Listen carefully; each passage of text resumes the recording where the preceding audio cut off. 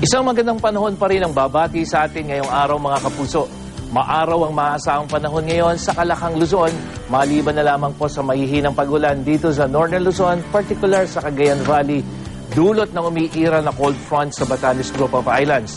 Makakaranas din ng manakanakang pag-ulan dito sa Bicol Region at maging dyan sa Puerto Princesa, dyan po sa may Palawan. At dito sa Metro Manila, maliit pa rin ang tsansang umulan buong maghapon, pero medyo mainit po yung maramdaman natin lalo na pagdating ng tanghali.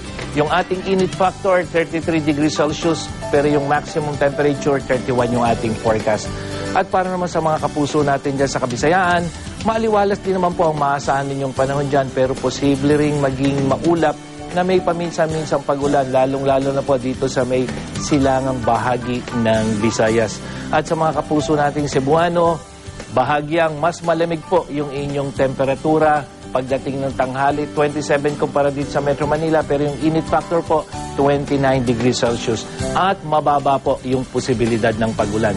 Mas malaki naman ang tsansang maging maulan ngayong araw dito po sa may Mindanao, sanhi ng pagiging aktibo ng Intertropical Convergence Zone o ITCZ.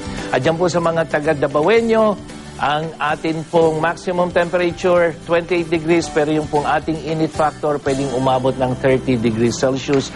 At ang posibilidad po ng pag-ulan tumataas, lalong-lalo na pagdating ng hapon, 60% ang probability.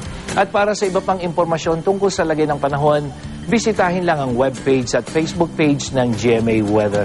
Ako po si Nathaniel Cruz para sa I Am Ready, serbisyong totoo ng GMA News.